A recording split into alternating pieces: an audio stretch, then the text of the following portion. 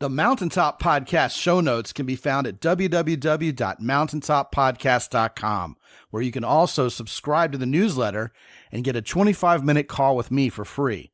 Also, you're invited to join the Mountaintop Summit Facebook group. Look forward to seeing you there. Live from the mist-enshrouded mountaintop fortress that is X and Y Communications headquarters, you're listening to the world-famous Mountaintop Podcast. And now, here's your host, Scot McKay. Greetings, gentlemen, all across the fruited plain. Welcome to yet another episode of the world-famous Mountaintop Podcast. My name is Scot McKay, at Scot McKay on Twitter, Scot McKay on YouTube, Real Scot McKay on Instagram. You can also find us on the web, as always, at www.mountaintoppodcast.com. Also, the Facebook group, of course, that's Mountaintop Summit. Today, we're going to deviate from the typical norm just a little bit, whatever that means, and we're going to talk about masculinity and femininity all over the world. But I don't have a dating expert for you today, or a relationship expert per se. With me today as a guest, I'm kind of thrilled about this because, as a lot of you guys know, I'm a world traveler. Today with me is one of the most renowned world travelers there is. His name is Harry Mitsidis, and he's from the UK, and we're going to have a wonderful conversation. Welcome, Harry. Thank you. Welcome. It's great to be here, and, great to talk across the pond, as it were.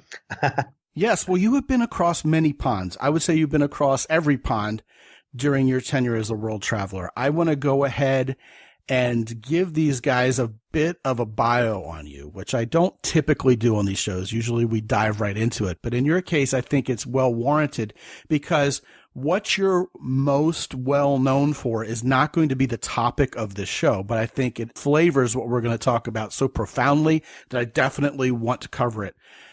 For those of you who are listening, Harry Mitsidis he bristles when people say this, but I'm going to go ahead and do it anyway because it's my personal belief.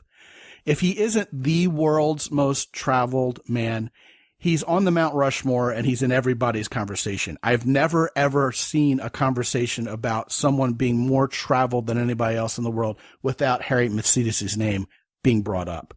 This guy would make Johnny Cash jealous. He's been everywhere, man. I mean, he's been places you've never heard of. He's been to like every island you can't even picture where it exists, places out in the Indian Ocean that have names like British Overseas Indian Island Territory and crazy crap like this. This guy's been to all of them.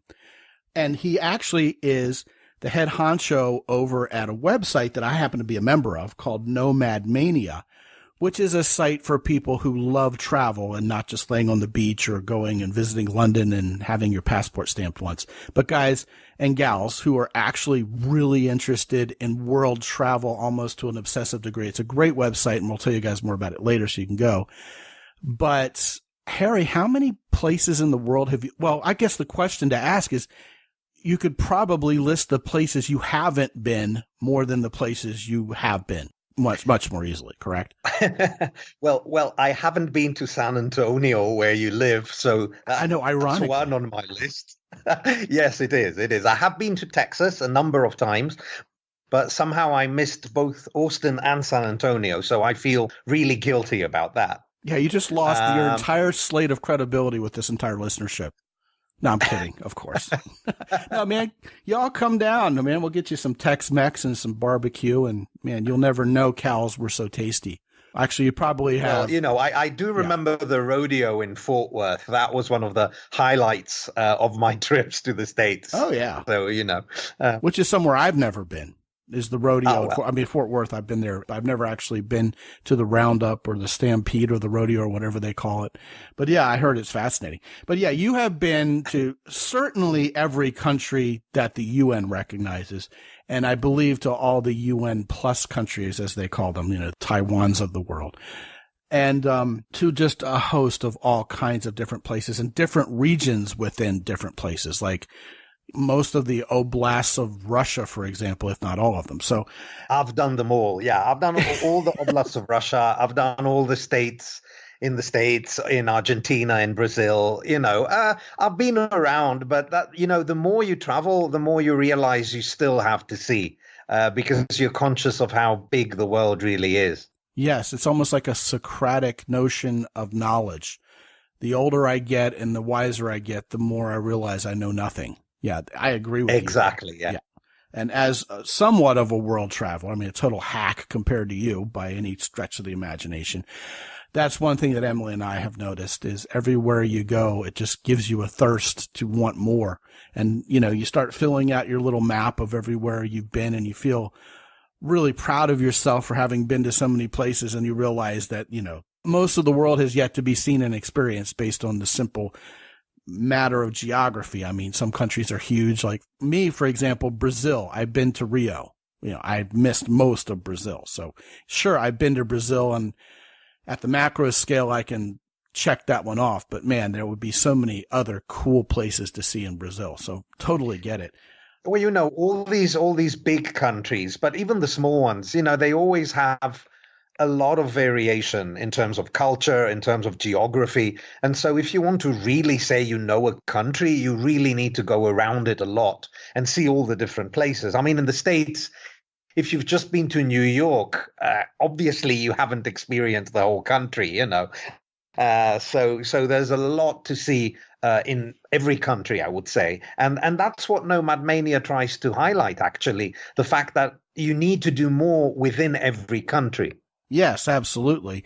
And I think the United States is a wonderful example of that. I mean, I've lived here my whole life, and every time we go on a road trip, we see new and exciting things. India is certainly like that. Russia comes to mind. China, most certainly. So, yeah, you go to Beijing and climb the Great Wall and you think you've been to China, but man, you haven't even touched it. Very, very true. And that brings us to our topic today. And Harry, you're the right person to address this topic, not only because of you having been all over the world. And by the way, you're not the kind of guy who just sets foot on the tarmac off the airplane and goes, okay, been here, let's get out of Somalia as fast as possible. You're a guy who spends time. No. That would be sacrilege for me. Right, exactly. So you're not only the right guy to talk about this topic of masculinity and femininity all over the world for that reason, but you were also a sociologist, and you were also a proponent of teaching what's called Hofstede's theory. I'd like for you to talk, first of all, about what Hofstede's theory is and how it relates directly to masculinity and femininity on a global scale, because I think that's a wonderful jumping off point for this conversation. All right. Well, Hofstede is a very interesting character. He's still alive. I think he's almost 90 now, and he's from the Netherlands, and he's quite famous for his theory of comparative culture, or the dimensions of culture that he came up with. So he did a study back in the late 60s and early 70s, going to a big number of countries, about 20 or 25, which is a massive undertaking if you think that he actually did research in all these different places. And he sent questionnaires and did all sorts of research and came up with a theory that culture is composed of 5 dimensions. Now, I'm not going to tire you with all of them. One of these dimensions is masculinity versus femininity. Now, for him, this is not exactly men and women only. This is not about men and women themselves. It's more about to what extent a culture is cooperative and nurturing, and that he associates with feminine, which in itself is interesting. So for him, cultures that are more feminine are those where both men and women have a more nurturing attitude, a more cooperative attitude. He found that across the world, women in general tend to feel the same, no matter where they are. I'm simplifying, of course, but this is what he found, that in general, women are similar. So they tend to be this kind of Mother Earth kind of figures, nurturing, caring, cooperative. Now, remember, he did this in the early 70s, so the world has changed a lot. He found that men differ. So in certain countries or cultures, he found that men are quite similar to women in their attitude to cooperation, to being caring, nurturing, etc. But in other countries or cultures, men were much more combative, if you want, or competitive. They were much more about goals, success, competition, trying to, be number one, get results, that kind of thing. And what he ended up with was dimensions on a scale from 1 to 100, if you want, of cultures which he thought are very, very masculine, and then going down to those that he found were very feminine. Now, again, this was done a while ago, and I believe that, culture does change.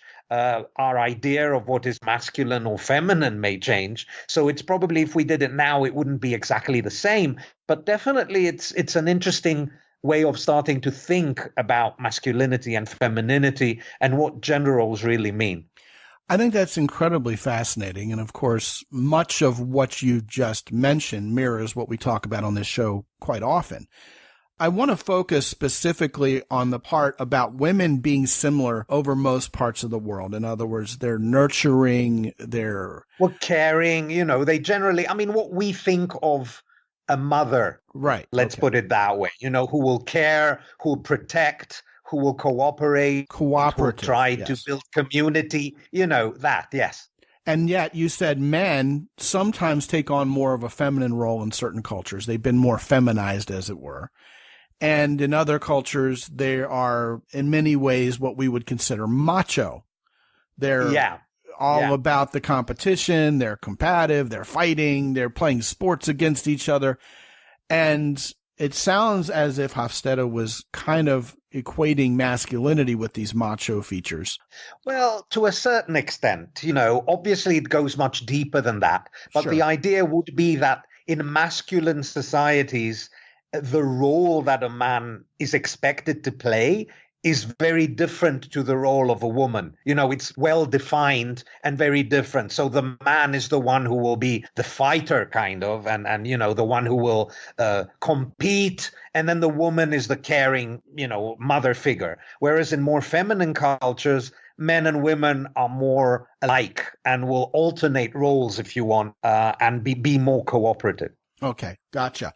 So as Emily and I have traveled the world, and obviously you've traveled the world more than she and I put together, one of the things we've noticed is that masculinity and femininity, and indeed this dance of sexual attraction, as it were, because it's established on this show, we talk about masculinity and femininity in terms of what creates sexual attraction, the catalyst for sexual attraction.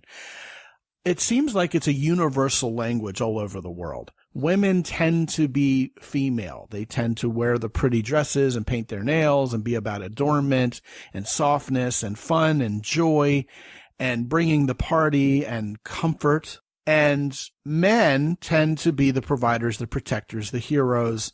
As you so profoundly mentioned, sometimes comparatively speaking to women more so in some cultures than others, of course. You could also argue that men have been put into a much more feminine role in the countries where feminism has really taken root over the last several decades: Canada, UK, North America, Western Europe, etc. Well, this is where we can have a bit of a discussion, because Sure. If you look at Hofstede's results, this is not exactly what he's claiming, Do tell. Say more. I'd love to hear it.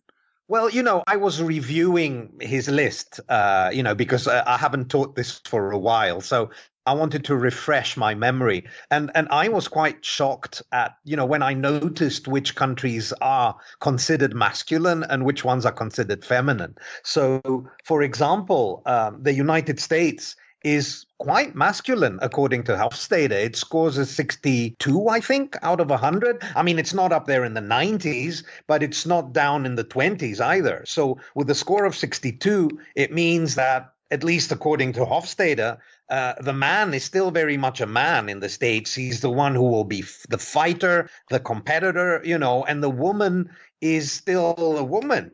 And I think this is something that feminists would have a field day about. So, that's an interesting thing. And then the country which is most masculine, according to Hofstede, is Japan. It scores a 95. So I think if you really know Japan, then this is not a big surprise. At the beginning, everyone in Japan seems very friendly, meek, if you want, very polite. Whether they're a man or a woman. But I think once you know Japanese culture a bit more, this is true. It's a very competitive, culture where you're kind of driven to succeed, and it's traditionally always the men who have been in these positions, of in whether it's in the family or in corporations. So that makes quite a lot of sense. The countries that are feminine are a bit more predictable. Not always, but you have the Scandinavian countries, which for Hofstede are the most feminine. So this would mean that their gender roles, it's not that the men are women. Let's be very clear about that. It's just that the men are socialized, I guess, to be more cooperative, to share in women's tasks more. And to ultimately believe in cooperation rather than competition. This might be why we see so many heads of state in Scandinavian countries, which are women. It's not considered a big thing at all. Well, I think this conversation at large is fascinating in that it challenges our sensibilities and indeed our stereotypes about what countries are like and men and women inside those respective countries. You're talking about Japan being one of the most masculine countries. And of course, we're 45 years removed from this gentleman's work as you're presenting it. But that really is immaterial to me because I happen to believe that things don't really change as much as we're led to believe by the media. Case in point, you think of Japan nowadays and you think of all the otaku culture guys in the Akihabara district, who are computer geeks and have to go to maid restaurants to get some female attention because they're such neuter, dorky guys. But that's certainly not the fine tradition of the shogun and the masculine image that is so deeply rooted in Japanese history. And indeed, you also mentioned the United States of America. I would absolutely agree that the image of a feminized man and a militant feminist woman is not at all what you'll experience as you drive around the interstate highways and byways of America and meet real people in real places. Men are still men here. I mean, if you come to Texas and go out in the oil fields, full-size pickup trucks are following each other down the road, and there's not a wimpy dude behind the wheel of any of them. And meanwhile, there's lots of women getting their nails done and getting a big hairdo and doing these very female things. I agree completely. I've traveled a lot in these Midwestern states because, to be very honest with you, those are the interesting ones for me as a sociologist. I really, really like going into diners in little towns. You might call me a bit quirky, but I really find that interesting. And also because English is my first language and English is the language they speak. And yet somehow I feel we're so very different. But I agree with you completely. In that sense, that part of the States is entirely masculine. And I think gender roles are still very clear and very rigid, even, I would say. So, yeah, it shouldn't be a surprise then that the United States is considered masculine. Well, you also have the tremendous, overwhelming influence of Hollywood over the years that cannot be underestimated. I mean, you have John Wayne's America and you have Audrey Hepburn's America. And I think most of the world views the United States through that lens. So again, our sensibilities, our ideas and stereotypes about the way things are in a certain culture may be very media driven or even literature or entertainment driven. And then you get down into the trenches and you meet people and you realize the way things truly are across the board in that culture. You mentioned Scandinavia. Man, I think of Scandinavia, I think of Vikings and guys who are really tough, masculine, macho dudes. But the modern day reality of how culture has progressed over there is very different than a bunch of guys wearing helmets with horns on them. Yeah, well, obviously that's part of history. Well, again, this doesn't mean that the men in Scandinavia are kind of feminized. I mean, I'm sure they still are very much men in the sense of, they probably take the initiative in dating. I would assume, I don't know, but, and I guess there's still social norms as to what a man should do and what a woman should do. But it just means that probably the men are less likely to have an argument with a woman about who's going to do what in the home. That might be a good example. There it's more likely to be, okay, so today I'll do this, tomorrow you're going to vacuum the floors, and the man will be like, fine, I'll do that, and there won't be an issue about it. It'll be considered entirely acceptable for a man to be doing all sorts of tasks. Whereas in the very masculine cultures, let's say in Japan, it might be very unusual to see a man doing the housework. Let's put it that way. One of the things I've noticed, and I love your comment on this, is it seems the more developed the country, the more the gender roles and the expectations about masculinity and femininity, at least from a historical perspective, are blurred. Like, you go to a country where they have very little media. I'm thinking like a place like, I don't know, rural Tanzania, where if you take a video of the children and show it to them, they've never seen themselves on video before. I mean, they are quite literally living in their culture without a whole lot of outside influence. There, I've noticed the women tend to be very feminine and very much in that role, whereas the men are quite literally the warriors and the protectors and very much in that masculine role. It's when you get into a country where we're quote unquote modern, right?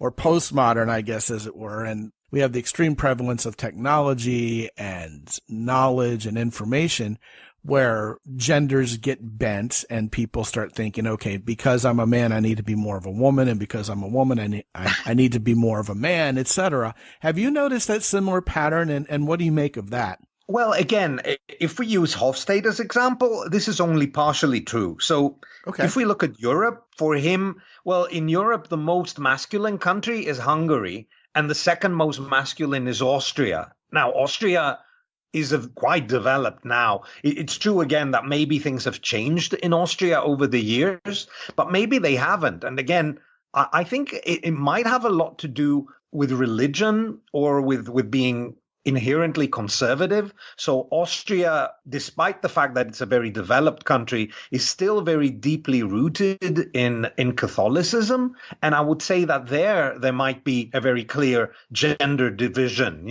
So, you need to be a man or a woman accordingly. I think in Protestant countries, we might see a bigger blurring because of that, because it's all about work and becoming more focused on the family and work, and everyone needs to contribute to this. So if everyone needs to contribute, it means that the men and the women need to go together in this. Now, of course, there's countries where religion now doesn't even play much of a role. So this may not be important there. I certainly think that if you look at Hofstede's division, a lot of the initial reactions will be, this doesn't make sense. Like Chile is quite feminine. And Argentina is masculine, and they're neighbors, So, when you travel there, you think, these places are more or less the same. But there you go, and Germany is actually quite masculine, and the Netherlands is extremely feminine. And yet you think, the Dutch and the Germans, their languages are not all that different. And in terms of architecture, they're more or less similar, and yet you have big cultural differences and big differences in terms of what a man or a woman might be appropriate to do. So there you go.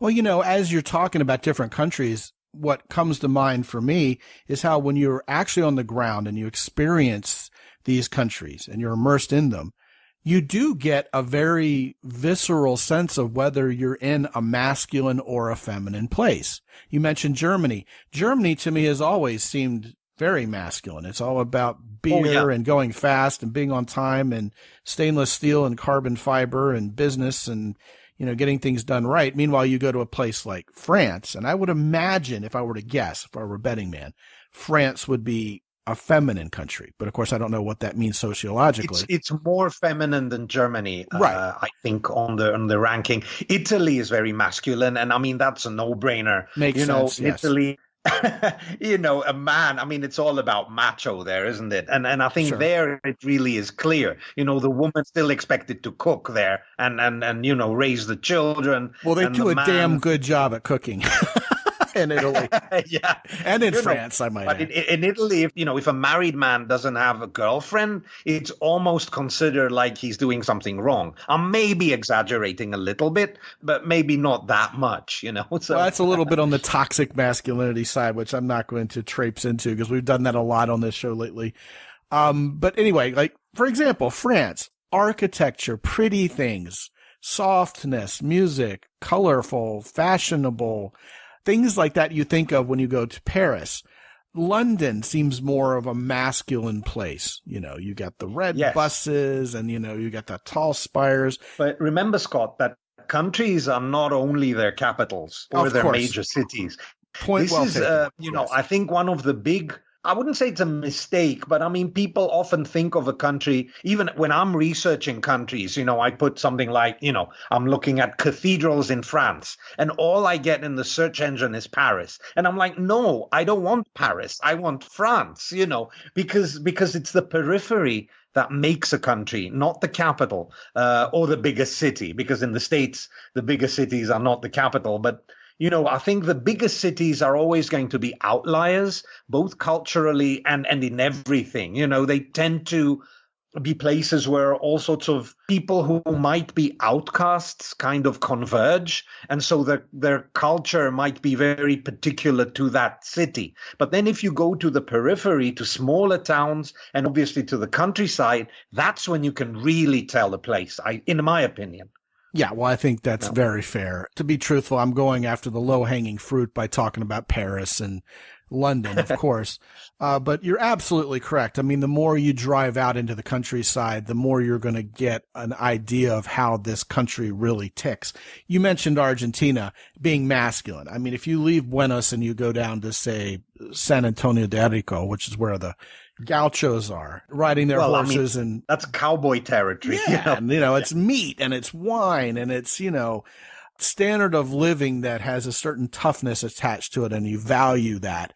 You start seeing that masculinity. I would argue there that the women need to join in the toughness. Living in such communities is not easy. It's isolated. They need to tend the animals, and it's tough. They work hard. I would say that in those situations, even the women might have to become more like men, more argumentative, tough, because they need to survive. Sure. Not unlike the Old West, for example, in the United States, where women had to be just as tough as the guys, Yeah. Obviously we're in a more modern state in most of Argentina, but, Argentina is also the land of the tango, which is a very sexually polarized dance. There's lots of masculinity. Oh, yeah, absolutely. Yeah. And to say that a country is either masculine or feminine is not to say that they value one of those sexual polarities over the other. I mean, in certain ways, the more masculine a country may seem, or in reality be, based on what Hofstede would postulate, the more they may value femininity, right? It isn't a matter of value. Oh, yeah. Well, first of all, I would argue that the country doesn't know if it's masculine or feminine. It is what it is. And culture develops and it takes over the country. And it's not like people are conscious of this. They just live in it. I would say femininity may be cherished even more in masculine countries. And certainly they don't know about Hofstede. So, but it's the result of that you can then look at and think, yes, in that country, the feminine traits or the feminine aspects are really valued more. But, the question I think everyone should be asking is, in which countries do people really try to reach consensus or agreement? And in which cultures is it more about winning and being, beating the other? And I think there is where you will find masculinity versus femininity in action, Another thing you mentioned that I don't want to gloss over is the idea of how major religions of the world flavor the result in terms of whether a particular place is masculine or feminine. Let's talk about some of those. How do you think Christianity, Islam, perhaps Buddhism or Hinduism impact whether a culture is masculine or feminine? Yeah. Well, if we look at Buddhism and, we take Japan again as an example, for most of us, Buddhism is this kind of idea of tranquility where everything is beautiful and it's all about inner peace and kind of getting to know yourself and never really fighting or whatever. And then you get Japan being the most masculine country of them all. So there's a bit of a distinction, it's like, how does the one fit into the other? Maybe it's that the country has gone away from its roots in terms of religion. Maybe it's that the interpretation of religion is different.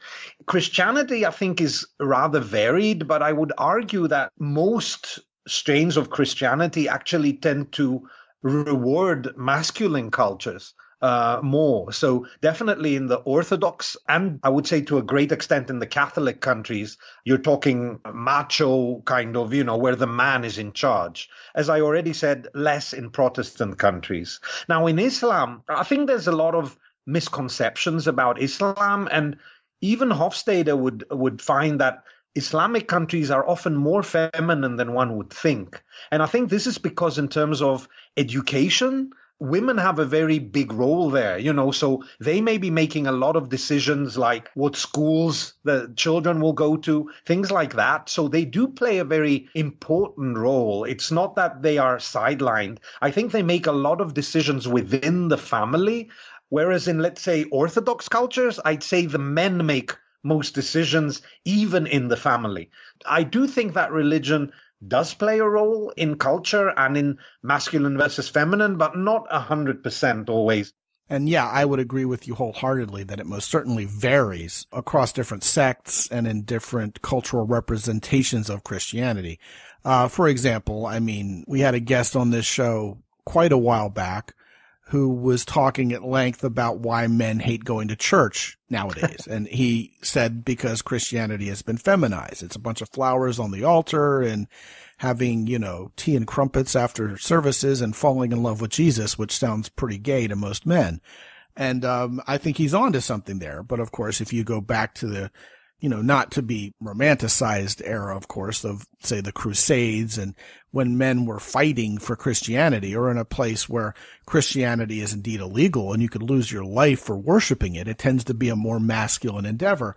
And of course, you mentioned Islam. I think Islam is represented as very patriarchal and perhaps oppressive to women in the West by non-Islamic cultures. Whereas when you actually set foot into a primarily Muslim country in that environment, you'll realize they're all about hospitality to almost an extreme, which is indeed very feminine. Also, women are very much revered and protected. I mean, that's really what's behind wearing hijab and burqas is protecting women from the wandering eyes of these, gnarly guys. And, they're very pro-child and children are celebrated. You see that in countries like Turkey and in the Emirates very, very much. And you have your pink taxi cabs where women can feel safe and et cetera, et cetera. So it's just a different viewpoint on it. Certainly India, where you have a lot of Hindu folks, I would think of Hinduism as being very colorful and indeed very much acknowledging sexual polarity. I mean, you have stories of Krishna being a ladies' man and this, that, and the other. And I would almost characterize Hinduism as more feminine because it talks about nurturing and life and peace and things like that. But again, you go to a different part of the world where it's slightly different, and you might see a completely different representation. I think that's fascinating how that all fits together. Well, yes, I certainly think these are not simple issues. They're very dynamic. The world is definitely changing. I do think we all have a lot of misconceptions about other countries, even those we think are culturally close to us. You really have to know a country well to spend a lot of time there in order to understand it. And in terms of masculinity and femininity, this is not something which is always immediately obvious. You need to get into the homes and see what is happening there. And I think that's when you can tell, obviously you need to get into a quote unquote representative home. One home may be an outlier, but, if you experience, as you said, hospitality, and if you get to know enough locals, then you can probably come up with a better understanding of whether a culture is or isn't masculine. Wonderful. And you guys listening, you're hearing perhaps the most informed opinion on this matter possible. As we've already said, Harry's been everywhere and seen it all in terms of what he's talking about. You're flattering me a bit. I mean, I'm a human being like everyone else. You bet. I have my prejudices and I try to dispel them by traveling. I may be very wrong. It's normal. I'm definitely not perfect. I have seen very many places, but then again, Hofstede's results still surprise me. So there you go. That means it's not enough to travel. You need to spend your whole life in a place to understand it. Let's put it that way. I mean, everyone I've ever talked to who's from India or even in India says they still don't understand the place and they live there. Well, India is many countries in one. It's really much more so than Japan or even China, where you can say a big part is, I wouldn't say the same, but there's more similarities. But in India, it's like a hodgepodge of completely different things. So really, I think, there it would take a long time to understand it. Yeah. All that's long for. I really appreciate how you're over yourself. And there's a certain humility about you, despite your almost overwhelming amount of life experience that so few will ever get to enjoy for themselves. So I really appreciate that about you, Harry. Well, I think humility is what you learn from traveling, because you see so many situations which are completely different to what you know. And that's when you realize how small you really are in relation to the whole world. So, I mean, I think it makes complete sense that advanced travelers would develop this humility. I agree with that. I echo that. I mean, I'm such a different guy with such a different understanding of my own biases and my own ignorance, frankly, as I've traveled the world. Travel does bring a certain level of humility if you're open to it bringing you that. And I'm certainly thrilled that you've become that guy. And it's a pleasure to meet you, man. I've wanted to meet you for a long time, having seen your name at the top of the list on your own website over there at Nomad Mania. And the places you've been in, the articles I've read about your travels are just wonderful. What are these guys going to find when they go to Nomad Mania? And by the way, gentlemen, of course, I'll set you up a special URL. As always, www.mountaintopodcast.com/nomad, NOMAD. And, Harry, when those guys go to your amazing web universe over there at Nomad Mania, what are they going to encounter? Well, apart from many people from all over the globe with their profiles and their bios and their filled maps, I think most people will discover places they've never even heard of. We divide the world into 1,281 regions. And I would argue that in many cases, an average person or even a well-traveled person will not have heard of all of them. So it gives you ideas for where to go. Each region has an extensive list of things to see and do, everything from caves to aquariums to theme parks to dark tourism, So there's something there for everyone, no matter what their interest is. So I think it's all about kind of showing the world for what it really is with all its complexity. It's not just saying Paris. It's saying all of France. It's not just saying Ulaanbaatar in Mongolia. It's saying Mongolia has 5 regions and you should go and explore them all, because that's how you're really going to get to know Mongolia. So, I think that's the benefit. And of course, we do have social meetings. We're developing communities, so people who join end up meeting others. And I think this is the great benefit, getting people together to open their mind and understand the world in a better way. Now, Mongolia, that has got to be a masculine country. I don't see any way out of that one, man. Mongolia is one of the most manly places I've ever been. I would suppose so. Yes. Yes. I would really agree there. Man, the guy who was our guide herding yaks, around the steppes in Terrelage National Park, his name was Puja, and he was probably about 5 feet tall. And he was one of the top 5 badasses I've ever met in my entire life. No doubt. I want to be like that guy. I have a wristband on that says WWPD. What would Puja do? Yeah, absolutely. That guy was amazing. Mongolia has the smallest population density of any country in the world, which basically means there's nothing there, just endless desert or steppe and very few people. So, yeah, I mean, this guy was like, carving up meat for dinner with one hand and giving birth to a baby foal with the other at the same time. It was just amazing. Just amazing badassery. So anyway, that's right. No doubt, man. So, I can vouch for Nomad Mania. I love that site. I absolutely see it as the #1 destination on earth in terms of a website where if you love travel and you love culture and you just want to have fun with your own travels, that's the place to go. I've been a Travelers Century Club member, and the dimension that you provided to that style of experience of hanging out with other very avid world travelers and sharing experience. I really think it isn't even conjecture. It's a fact. You've taken it to just a whole nother level, as they say here in Texas.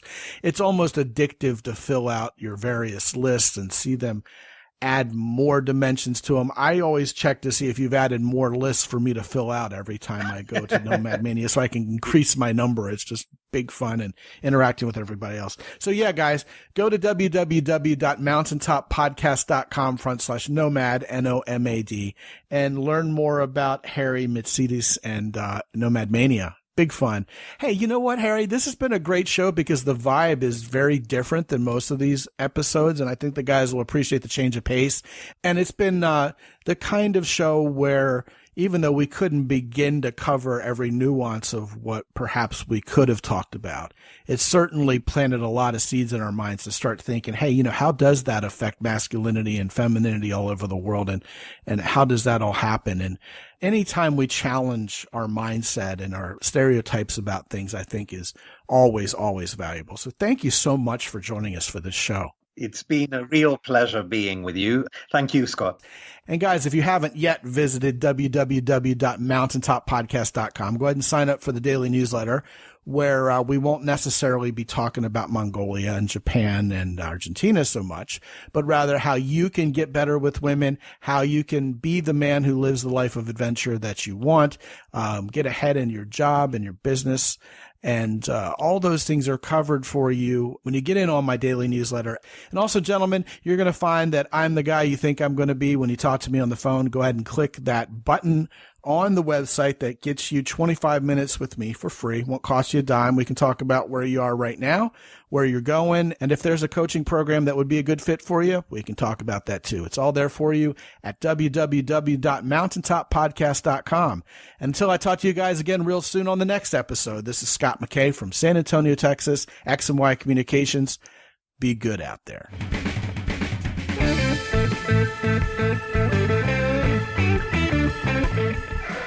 The Mountaintop Podcast is produced by X&Y Communications. All rights reserved worldwide. Be sure to visit www.mountaintoppodcast.com for show notes. And while you're there, sign up for the free X&Y Communications newsletter for men. This is Ed Roy Odom speaking for the Mountaintop Podcast.